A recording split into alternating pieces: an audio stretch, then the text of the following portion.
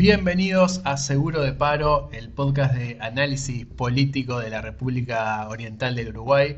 ¿Cómo estás, Agustín Zavala? ¿Qué haces, Pintado? Muchas gracias por recibirme nuevamente. El gusto es mío, por supuesto, y esta vez estamos con un invitado Sí, señor. que ya Un supo viejo de la estar, casa. un viejo amigo de la casa que ya supo estar en Seguro de Paro. Estamos hablando del mismísimo Pablo Méndez, periodista, y bueno, bienvenido, Pablo, primero que nada. Muchas gracias, un placer estar acá en esta mesa. Le quedó corto ¿Cómo ¿Cómo te presentas? A ver, ¿cómo presentate vos? A ver, que la gente te... Soy un periodista, básicamente, es eso. Trabajo en la diaria. Te pueden leer en la ahora. diaria, te pueden leer en tus libros también publicados, que no sé si se consiguen actualmente, pero Ahí está, creo que todavía se consigue, sí. estamos hablando de Este- en cuanto venga Julio sobre... Sí, señor. La desaparición de Julio Castro y uno que se publicó en 2007 que se llama Más difícil de conseguir sobre un adolescente que se hacía pasar por médico y bueno. Gran y, caso es. Y bueno, y estafó a diferentes organismos del Estado. Pero bueno, no te trajimos para hablar de eso, sino para comentar un tema que teníamos medio pendiente y ya estamos en el mes de junio, Sí, se viene. a días de las elecciones internas. Y bueno, una de las internas quizás más atractivas de este año, de este ciclo electoral, es la del Partido Colorado. Y en eso nos vamos a meter. Sí, es la más atractiva sin duda, no solamente por la cantidad de candidatos que hay como en la oferta que tiene, sino porque además, el Partido Colorado ha sido históricamente uno de los partidos políticos más importantes del país, ha sido forjador de lo que conocemos como el Estado moderno y bueno, del avance de Uruguay como república y como país. Pero hoy se ve en un momento, hace 20 años, que estaba en un momento bastante crítico, ¿no? Yo repasaba un poco el capítulo que habíamos hecho en su momento, hace un par de temporadas atrás, que un poco hablamos, ¿no? De la crisis del Partido Colorado y de cómo le cuesta recuperar votos, recuperar lugar en la opinión pública como un partido de referencia, ¿no? Me parece que sigue estando por debajo de las expectativas que yo creo propiamente los colorados deben tener, ¿no? Sí, queda como esa sensación de que desde la elección de 2004, cuando el Partido Colorado, bueno, venía del gobierno de Jorge Valle y desde ahí pasa a ser un partido muy relegado a nivel electoral, siempre se está con la expectativa de, bueno, quién va a hacer crecer al Partido Colorado, de qué manera el Partido Colorado puede intentar volver a tener un rol verdaderamente protagónico. Y esta elección marcaba, si se quiere, una novedad en cuanto al Partido Colorado venía, si bien seguía teniendo, no era el Partido Colorado de otras épocas con capacidad de llegar al gobierno, sí venía de una elección interesante que había logrado Ernesto Talvi y además con 5 años de participación en el gobierno. Sí. Eso incluso parece que no le terminó de permitir un despegue o moverlo de ese lugar que había tenido en las elecciones anteriores, sino que parece enfrentarse o a una situación similar o incluso con menor Sí. expectativa de votos, ¿no? Por lo menos en la misma situación. No sé si Pablo tenés algo para aportar No, en este arranque. está interesante porque, creo que tocaron varios temas. Ujú. Uno es los liderazgos, ¿no? Porque toda esa historia de esa discusión del Partido Colorado, de qué lugar iba a tener después del 2004, siempre estuvo dada con la discusión de los liderazgos, Claro. ¿no? Y bueno, recuerdan que Bordaberry fue un liderazgo muy cuestionado, ¿no? Decían, sí, Bordaberry todo bien, pero tiene un techo de, no sé, en torno al 17% más o menos y queda ahí, ¿no? Y después otra cuestión que para mí es como la más esencial, es lo central que está jugando acá, es qué rol ocupó el Partido Colorado en la aparición de gobierno. Exacto. Yo venía pensando un poco en eso, ¿no? Me parece que el Partido Colorado quedó muy emparejado, muy atado, por así decirlo, a las cuestiones del Partido Nacional, ¿no? Quedó muy arrastrado por lo que fue el gobierno. Creo que no supo diferenciarse o quedó muy atrapado en defender incluso o tratar de defender una gestión que no era propia, ¿no? Que era del Partido Nacional en este gobierno de coalición, y eso me parece que no le permitió lograr como consolidar lo que había logrado en 2019, que hoy repasábamos con Pablo unos números, había crecido un 9% en las Ahí elecciones está. internas. 9% había crecido de 2009 a 2014.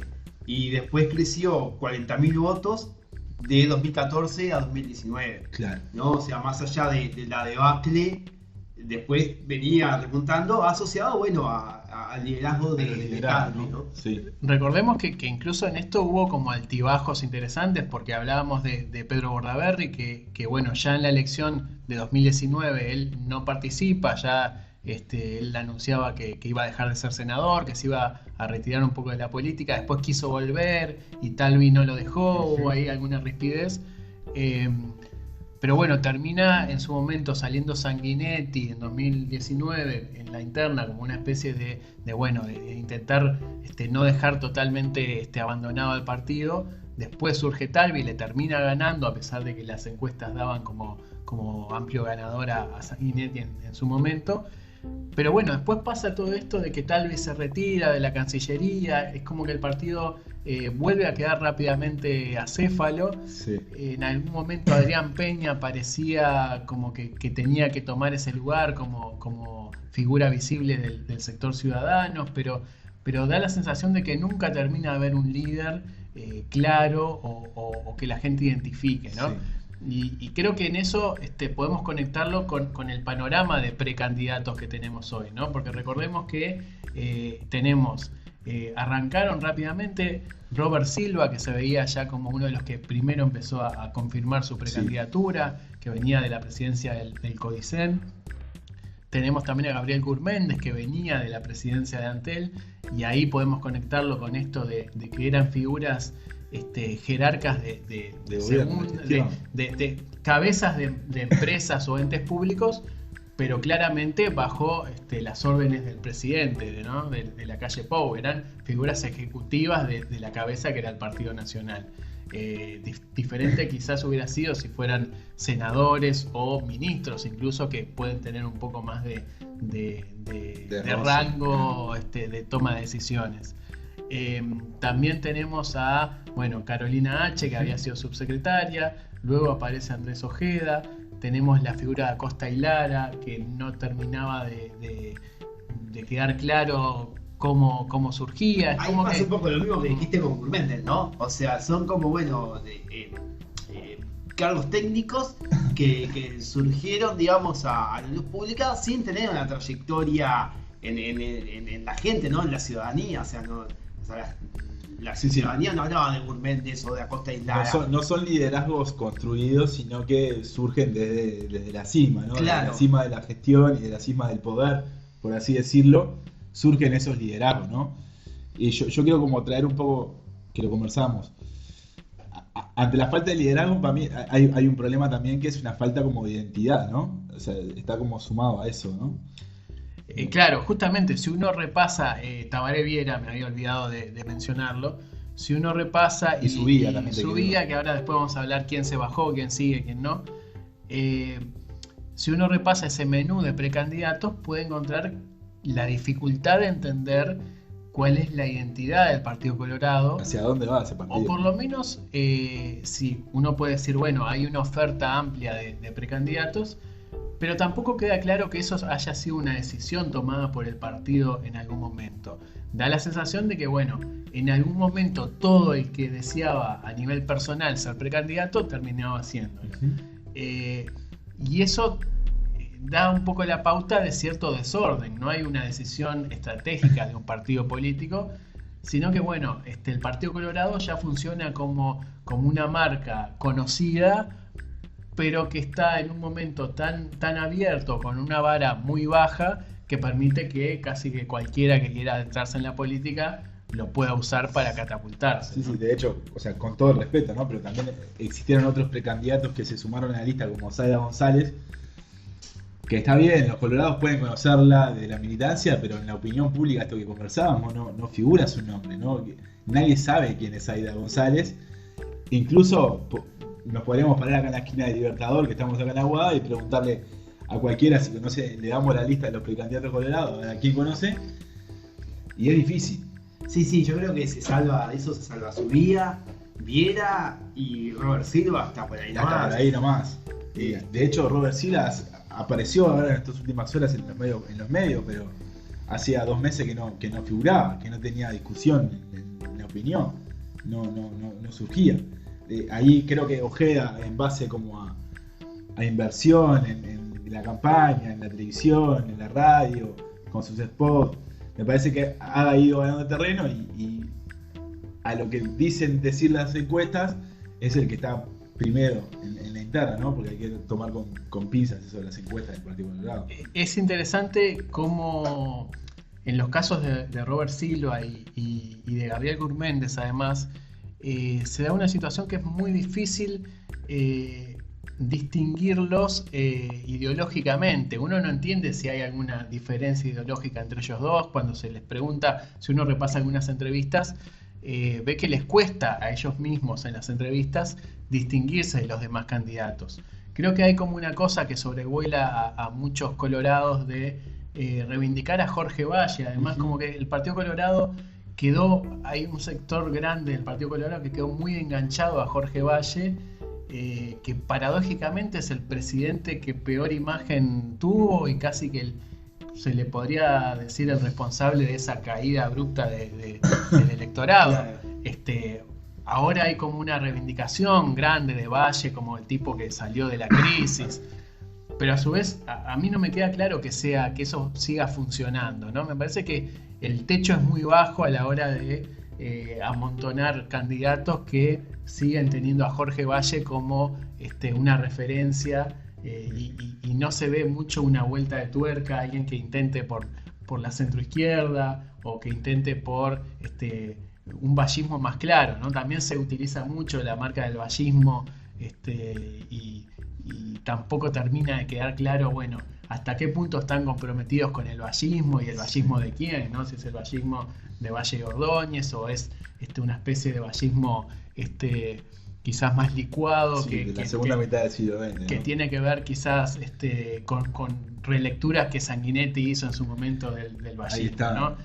Me parece que tiene algunos problemas programáticos importantes el Partido Colorado, Hay ¿no? un síntoma que es cuando Sanguinetti se va del CEN, le pedían que no se fuera, que no dejara el partido.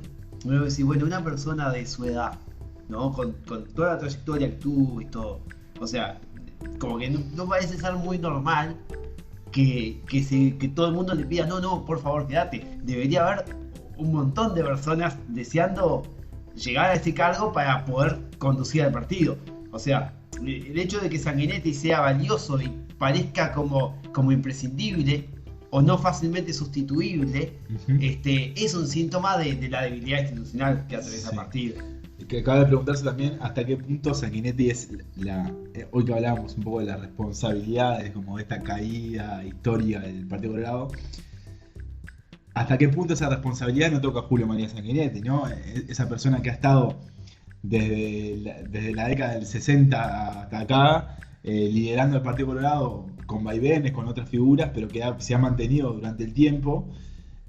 ¿Qué responsabilidad le cabe, ¿no? Es una pregunta que tiro como arriba de la mesa, ¿no? O sea, porque ha sido históricamente uno de los líderes más importantes del país, ¿no? 2 veces presidente, con responsabilidades en la transición democrática, en un montón de momentos históricos del país. ¿Qué responsabilidad le cabe en este momento del Partido Colorado, ¿no? El trabajo de generar un legado no lo ha hecho, no lo ha logrado hacer. A mí me parece muy interesante y insisto con el tema de la falta de una visión estratégica quizás de partido, que tiene que ver con que me da la sensación que el Partido Colorado nunca se preguntó a sí mismo cuáles son los votos que perdió y cuáles son los que tiene que ir a recuperar, ¿no? Y en ese sentido me parece que siempre se insiste en recuperarlos o en ganarle votos al Partido Nacional en lugar de disputarle votos al Frente Amplio. Y eso lo hace siempre encontrarse con el mismo techo, ¿no? Siempre terminan surgiendo candidatos o el propio Sanguinetti o figuras que reivindican a Jorge Valle, como que en ese espectro político se queda el partido, que fueron los que, si bien fueron exitosos en su momento o los últimos éxitos del Partido Colorado, da la sensación de que esas mismas figuras o esas mismas ideas muy rápidamente le recuerdan a mucha gente por qué dejó de votar al Partido Colorado. Exacto. Entonces, no termina de surgir una figura que pueda disputarle o ganarle un sector que en algún momento perdió, que puede ser el centro, la centroizquierda, la socialdemocracia. Sí. Que de alguna forma la había recuperado con Talvi, porque Talvi sí se presentó como con un discurso más tirado a la izquierda de lo que podría llegar a haber sido el de Sanguinetti en su momento en la campaña pasada. Pero bueno, ¿no? La pregunta acá de por qué se retiró Talvi y por qué el Partido Colorado no logra tener un representante de ese tramo ideológico, ¿no? Creo que también hay una cosa que tiene que ver con el cierto bipartidismo que se consolida nuevamente en Uruguay, o bicoalicionismo, digamos, que tiene que ver con que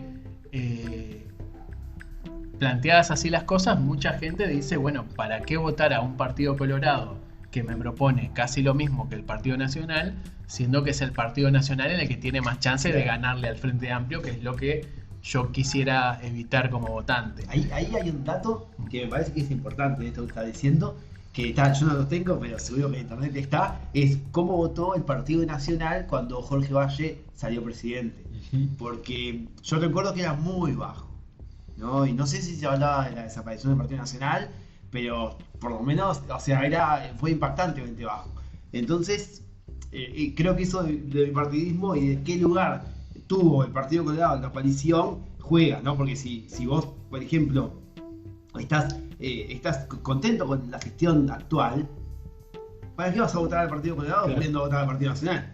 Yo recuerdo que cuando empezamos Seguro de Paro y hablábamos un poco, también arrancaba el gobierno y hablábamos de la coalición multicolor y cómo podía funcionar, siempre planteábamos esta idea de que, bueno, en algún momento los socios de la coalición se van a abrir, ¿no? En algún momento algún episodio los va a hacer decir, nos vamos de la coalición. Cosa que el Partido Nacional hizo en su momento, que la Calle Herrera en su momento era presidente del directorio y bueno, dijo, nos vamos de la coalición o del cogobierno, digamos.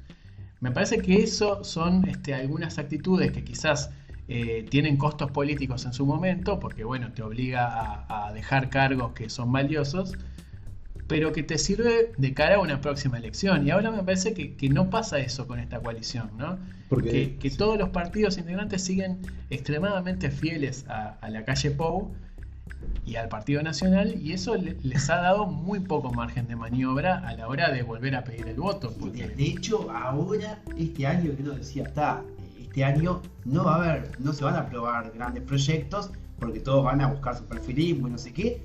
Al contrario, o sea, están acelerando la maquinaria para tratar de cerrar acuerdos antes de irse del gobierno. Es un dato curioso. De hecho, también se ve esto que decías pintado recién. Uno ve todos los precandidatos colorados y no hay ninguno, salvo H, de alguna forma, que se distancie del gobierno, ¿no? Con todo H tuvo su historia con este gobierno, ¿no? Todo el tema del chat con Marcet, todo este tema de la causa judicial que está en el medio, pero no hay un precandidato colorado que se distancie del partido de gobierno, ¿no? Que a fin de cuentas es el Partido Nacional, por más allá de que el Partido Colorado y otros partidos lo integren. No hay un candidato que se distancie, y eso, como vos decías, le juega en contra, ¿no? A la hora de enfrentar a tu electorado, ¿cómo vas a defender la gestión de gobierno y por qué yo te tendría que votar a vos y no al Partido Nacional? Creo que me da la sensación que a Ojeda quizás le queda un poco más cómodo por no haber tenido un cargo. Creo que él en algún momento algún cargo ocupó en el Ministerio de Interior o alguna asesoría, pero sí, a él le queda más cómodo distanciarse más del gobierno, aunque claramente tiene una defensa clara de la Calle Pou. Por eso. E incluso creo que la Calle Pou, la ¿no? clave, si se puede interpretar el porqué de saca cierta distancia en las encuestas, por más que todo en el Partido Colorado está siendo todo muy vidrioso, es muy difícil entender quién va a ganar esta interna. Creo que tiene más que ver con un cierto perfil personal, quizás más parecido en su forma de hablar, en su forma de manejarse en los medios con la Calle Pou incluso, que con lo que dice en sí mismo. Sí, y así es visto también la interna colorada, ¿no? O sea, como bueno, un outsider que está más cerca de las formas de hacer, si se quiere, de la calle Pou, que tradicionalmente ellos entienden o identifican con lo colorado. Es interesante porque eso también te da la pauta de que si el que termina ganando la interna es el que los propios colorados identifican como el más parecido a la calle Pou, bueno, estamos hablando de una licuación absoluta del Partido Colorado, donde ya no hay ningún tipo de identidad, ¿no? Claro. Entiendo que eso es algo que se podría decir de todos los partidos, en qué momento empiezan a perder una identidad en busca de captar la mayor cantidad de votos posible. Pero acá estamos hablando de un partido que está cada vez con umbrales más bajos de votación. Es una realidad que, como mirando el espectro político en general, no hay ningún partido ni ningún candidato que se tire muy a la izquierda o muy a la derecha, ¿no? O sea, podrías tener a Subía en su momento como más a la derecha, podríamos tener como a Cose, si se quiere, como más a la izquierda, pero tampoco tanto, yo creo que no tanto. Después hago un candidato de un partido menor, pero todos los candidatos se tiran más al centro, ¿no? Es como una estrategia ahí que han asumido. Quería explicar un poco, que ya lo habíamos comentado 2 veces, esto de las encuestas y que no se sabe quién va a ganar el Partido Colorado. Quiere decir que las encuestas que han venido sucediendo, que se han venido publicando, no se animan a decir qué tan confiable es su trabajo con respecto a la interna de Colorado, porque sumado a la gran variedad de candidatos que hay, tienen un bajo poder de contactar colorados y de poder generar una muestra representativa del electorado colorado, ¿no? Por eso decíamos que es difícil como decir quién va a ganar el electorado colorado. Me parece que además eso es uno de los efectos nocivos de haber abierto tanto las candidaturas. Quizás era positivo tener 3 o hasta 4 candidaturas para, bueno, llamar a la gente a que le preste atención, ¿no? Pero cuando tenés tantas candidaturas que ya es hasta engorroso, tantas candidaturas con un nivel tan bajo de intención de voto, en el que las consultoras ya ni publican tus datos porque es casi imposible. Porque le da vergüenza, claro. Hay que decir, le da vergüenza decirlo, ¿no? Pasa un poco, perdón que Sí. pero pasa un poco cuando uno tiene en la mesa 6 personas.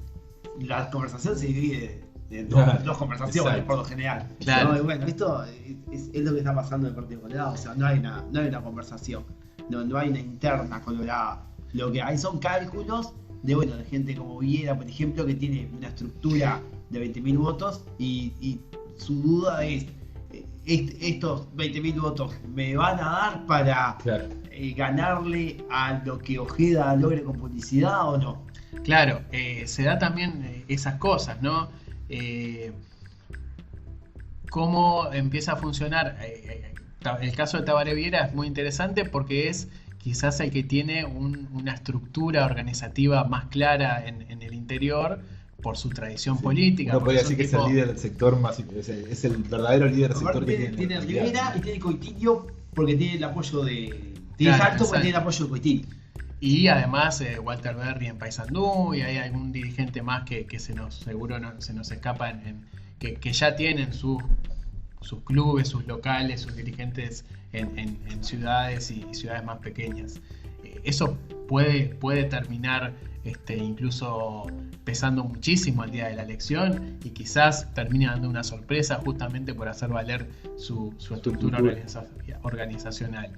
Es curioso que no pueda acompañar esa estructura con una candidatura que sea mucho más atractiva, ¿no? Es como que justo el que tiene eso se queda un poco más en el molde a nivel de apariciones públicas. Es muy curioso el caso de Tabaré Viera, que desde muy temprano en la campaña empieza a intentar poner sobre la mesa la reducción de la jornada laboral, que además es, a mi modo de ver, una de las propuestas más fuertes de la campaña, que tampoco hay tantas propuestas tan claras y tan rupturistas como esa, y sin embargo pasa como si nada, un poco porque la gente entiende que son propuestas que no, de ahí a que lleguen a concretarse, va a pasar muchísimos filtros, porque no es un candidato que uno pueda ver como presidenciable, entonces no pesa tanto. Pero claro, termina como hablándole al aire con una propuesta tan llamativa que de alguna manera te da la pauta de que algo no está funcionando bien en la máquina de proponer ideas del Partido Colorado, ¿no?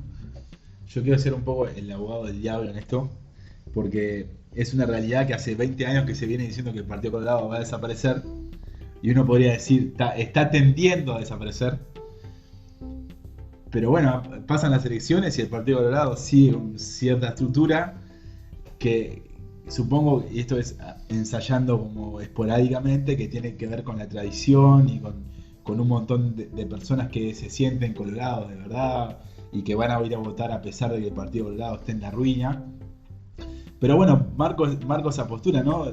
Se vaticina hace mucho tiempo que el Partido Colorado tiende a desaparecer o que el Partido Nacional lo va a terminar anexando como un partido chiquito. Pero no, sigue estando ahí, sigue generando este tipo de discusiones políticas, ¿no?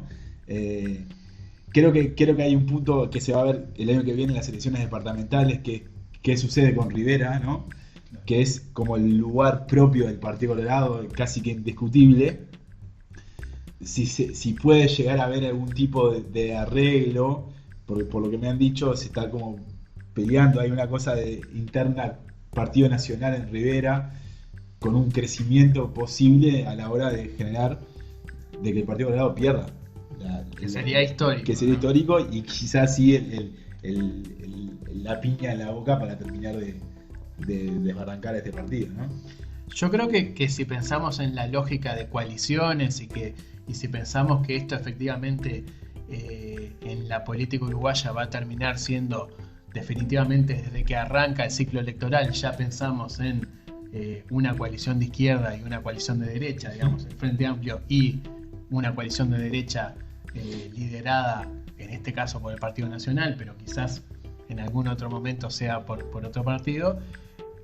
Ahí podemos entender más fácilmente que el Partido Colorado siga vivo, porque esto creo que pasa en otros países donde hay partidos que se mantienen como partidos, pero su lógica es mantenerse como subsidiario de otro partido con más intención de voto, ¿no?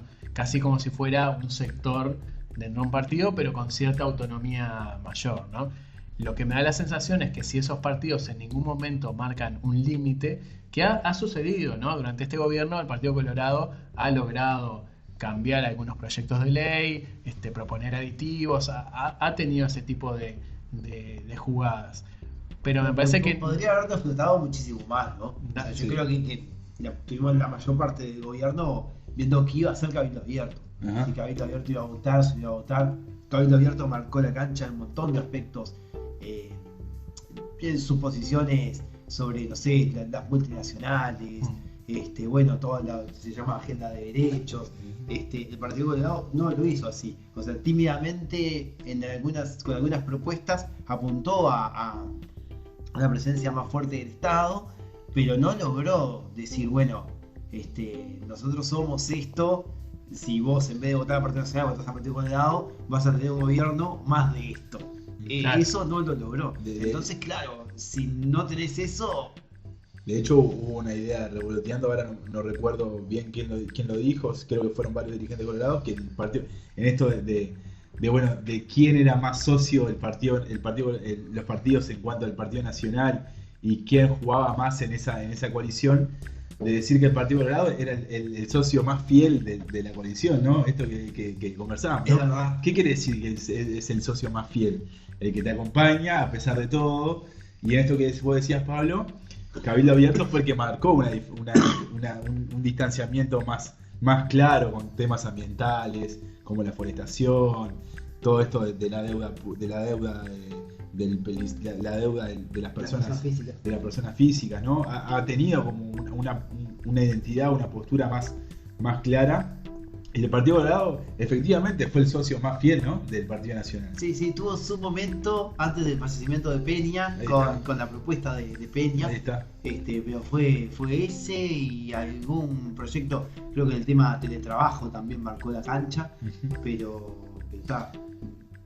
no fue demasiado. Es interesante, quizás sea también un mérito de la calle Pou a la hora de que supo manejar una coalición, asegurándose de que ninguno creciera lo suficiente para amenazar la hegemonía del Partido Nacional en ese espectro, ¿no?, de de adversario del Frente Amplio, ¿no? Quizá vienen por ahí también por un buen manejo de esa coalición, que tampoco le dio o le permitió al Partido Colorado, atravesado por este problema de liderazgo, para quebrar en algún momento y marcarse, distanciarse solo, ¿no? Sí, creo que además, como volviendo a la figura de Sanguinetti, en su momento cuando, creo que vos de alguna forma lo recordabas pintado, cuando hicimos el primer episodio de este podcast, que hablábamos de esa iniciativa que había tenido el propio Sanguinetti, de juntar a la calle, de juntar a la Rañaga y de generar como este espacio, esta intención de generar un bloque que le pudiera pelear al Frente Amplio de las elecciones. Me parece que Sanguinetti también quedó a la par de la calle Pou, modelando ahí un poco, ¿no? También el Partido Colorado. Sanguinetti no ha tenido salidas públicas en contra de la calle, sino totalmente lo contrario, ¿no? Son dos presidentes de la República que tienen como un cordial trato casi que de estadistas, ¿no? Se tratan como de usted y de presidente, lo lleva a Brasil, lo invita a no sé qué, no sé cuánto. Entonces me parece que ahí Sanguinetti también funcionó como un tope también propio, ¿no? Sin saberlo y especulando, imaginándomelo. También creo que la postura, Sanguinetti logró que el Partido Colorado tampoco se pusiera muy en contra de la calle Pou, porque también es verdad, es la única forma que tienen de ganar la elección, ¿no? O de funcionar como partido que integra el gobierno. Sí, ser parte y ser funcional de la coalición le asegura participar de un gobierno. Total. Que no es poca cosa, es algo que no venía sucediendo en los 20 años anteriores. El tema también es cómo, bueno, hasta qué punto cuidar esos cargos. Me parece que Sanguinetti, su estrategia siempre fue mantener la cohesión de la coalición, porque le daba una cuota de poder al Partido Colorado que le permitía cierto poder a la hora de conseguir cargos, conseguir algunos, poder colocar dirigentes, que es algo que para todos los partidos es importante, pero no decía nada o no abonaba el terreno para un crecimiento electoral, salvo que algún dirigente se despegara con un carisma excepcional, cosa que tampoco pasa y quizás tampoco se está buscando. Una de las dudas sería, bueno, ¿qué pasa dependiendo de quién gana estas internas? Quizás Ojeda puede plantearse como un candidato joven para reconstruir, sí. Pero lo que veníamos hablando es que no parece tener un perfil claro que lo distinga del Partido Nacional. Quizás, como pasa con Bordaberry o como pasa con Talvi, son liderazgos que son muy fructíferos en determinado periodo preelectoral o electoral, pero luego rápidamente terminan con un techo en el que ya no convencen a más nadie, digamos, ¿no? Sí, yo creo que sin la idea está muy difícil que cualquier partido crezca. Y lo que no se está pudiendo constituir es la idea. Porque sí, es verdad, se habla mucho de que es el tiempo de los outsiders, pero bueno, que esos outsiders, guste o no guste, tienen ideas atrás. Y acá no pero está claro. Pensemos también que hay una lista, uno se queda con los outsiders y siempre da la sensación de que tienen mucho para ganar, pero tenemos una larga lista de outsiders que quedan por el camino. Pensemos en Novik, pensemos en el propio Sartori, pensemos en Manini también, que uno no espera demasiado que haya un crecimiento importante de Cabildo Abierto en esta elección. Entonces tenemos cierta consecución de outsiders, entre comillas, que terminan quedando por el camino.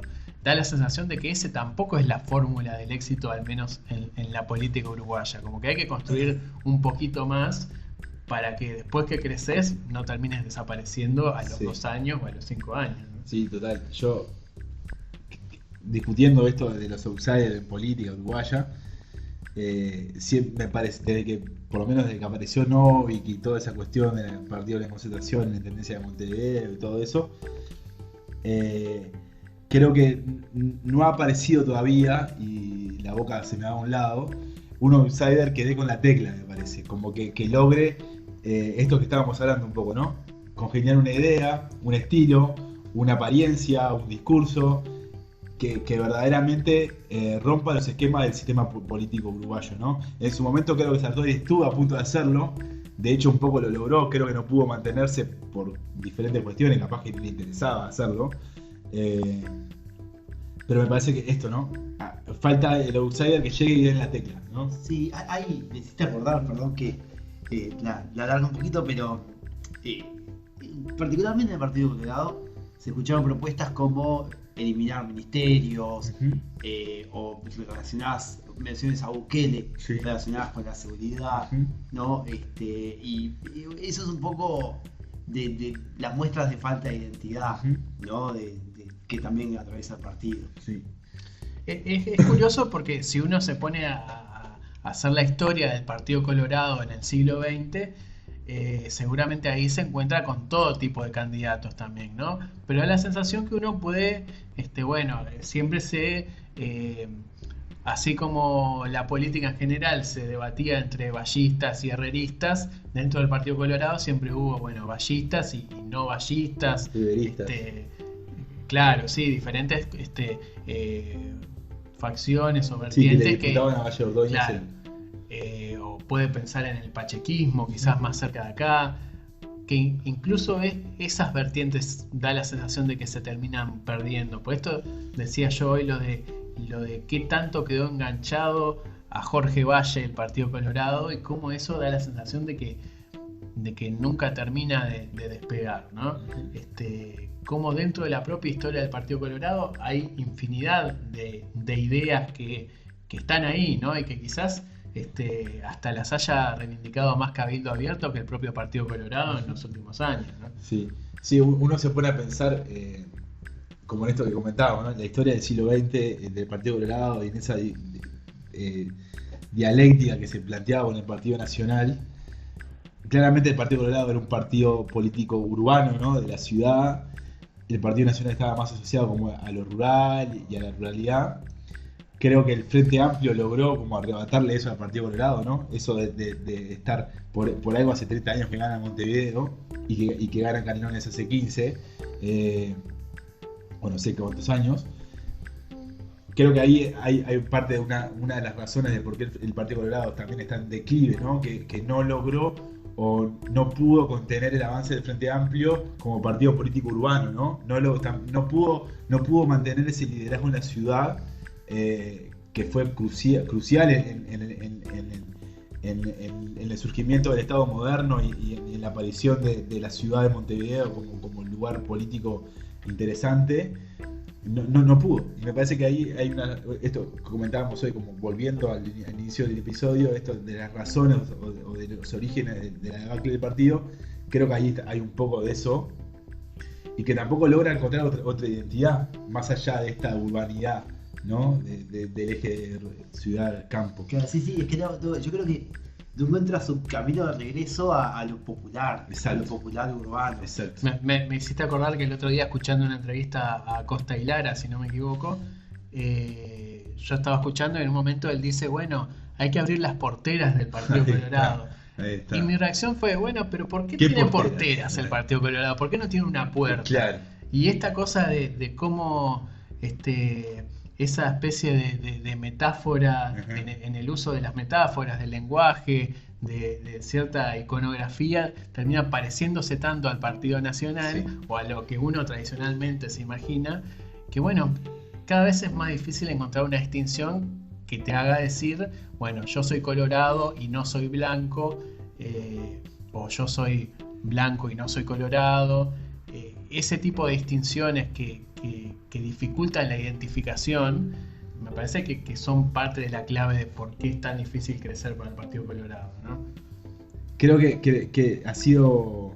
Bueno, está la duda, esto que planteamos un poco de la dificultad de saber quién va a ganar la interna del Partido Colorado, ¿no? En este espectro de candidatos que tiene, que un poco lo comentábamos, pero para resumir un poco, Subía se bajó y terminó apoyando a Ojeda, también se bajó Guzmán a Castelara, terminó apoyando a Gurméndez.